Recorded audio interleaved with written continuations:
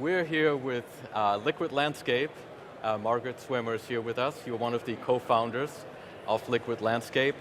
You say you are a Slack for risk. And I don't fully understand that, so why don't you explain that to me a little bit? When I say risk, what I'm really talking about is how large financial institutions deal with the massive amounts of data they collect every day. Whether that's market data, whether it's their own positions, whether it's all the internal operations that make the financial system tick. And we're trying to make that data easier to use and easier to interact with. All right, so what makes somebody want to work in the banking industry today? It's a really hard industry to work in.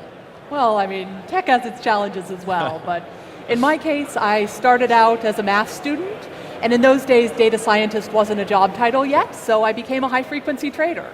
If you've read Flash Boys, I was one of those cats. All right. And it's both me and my co-founder are coming out of that part of the industry. But we actually met up after we had both left. We were at an open source meetup in San Francisco, and the question we started asking ourselves was, there are all these great big data and data visualization technologies. Why does a video game company, a social networking app, have better tools than we did when one of our mistakes could crash an entire economy? Why is that? Why do they have better tools? I think for a long time, financial institutions really suffered from the not invented here syndrome. It was, we have this technology, it works, and we're not going to try to change. We're not going to talk to any vendor who isn't at least 1,000 people strong.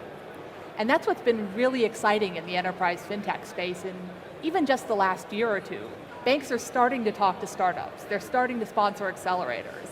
And that's where we saw the opportunity to solve some of the problems we had experienced for ourselves in the trading floors. Sure. You are part of an accelerator sponsored by a bank yourself, aren't you? What was that experience like? That was really, really great for us. We did the TechStars program sponsored by Barclays here in London this spring.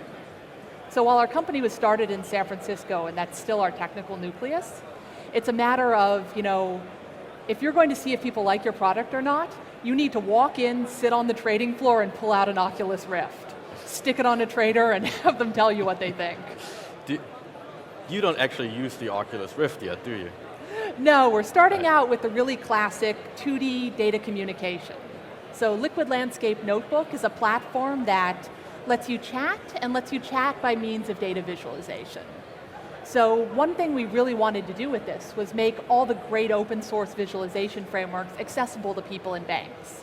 So whether that means plugging in the latest D3 visualizations, that's mostly our bread and butter right now, but we're also compatible with WebGL up through WebVR. So as these new technologies make their way into the financial industry, we're positioned to take advantage of that. So I know my way around WebGL and those things, but I know nothing about the banking industry, really. What kind of data are we talking about? Well, there's every single order in every single financial market. There's every single risk scenario that could possibly happen to you. And in our case, a big change in the banking industry right now has been on the regulatory side.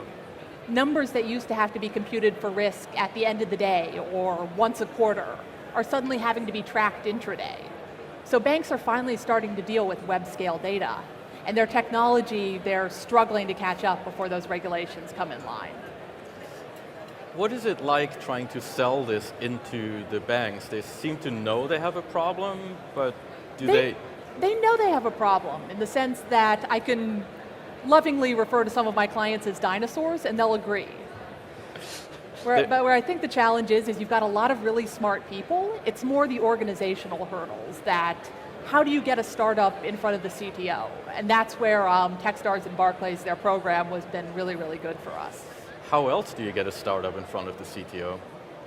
A lot of it is simply, we both used to work in the industry. This is one reason that we decided to target these big capital market firms first, is that's where, myself, my co-founder, and a lot of our friends and colleagues are still at. So I think there's really a lot of cross-pollination that can happen between the Valley and Wall Street. It's just a matter of, making that happen, getting on the trading floor. Do you feel that there is a movement? You're not the only company trying to do this, no. But is there a movement really of startups that are trying to get into the banking world? Yeah, we know that this is an existential threat to us as an industry.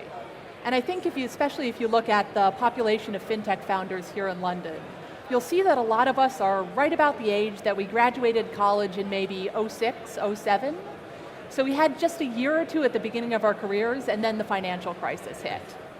And I think that really changed both for us personally and how we view the entire industry of understanding that we can't just keep going the way we have. What looking forward a little bit, in 5 years or so, where do you see Liquid Landscape?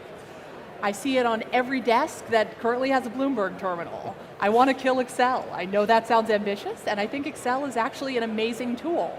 But we're still running banks on a technology that's been around since the 1980s, and we can do better. You are competing with the likes of Tableau and some existing startups too. Do they have an advantage over you?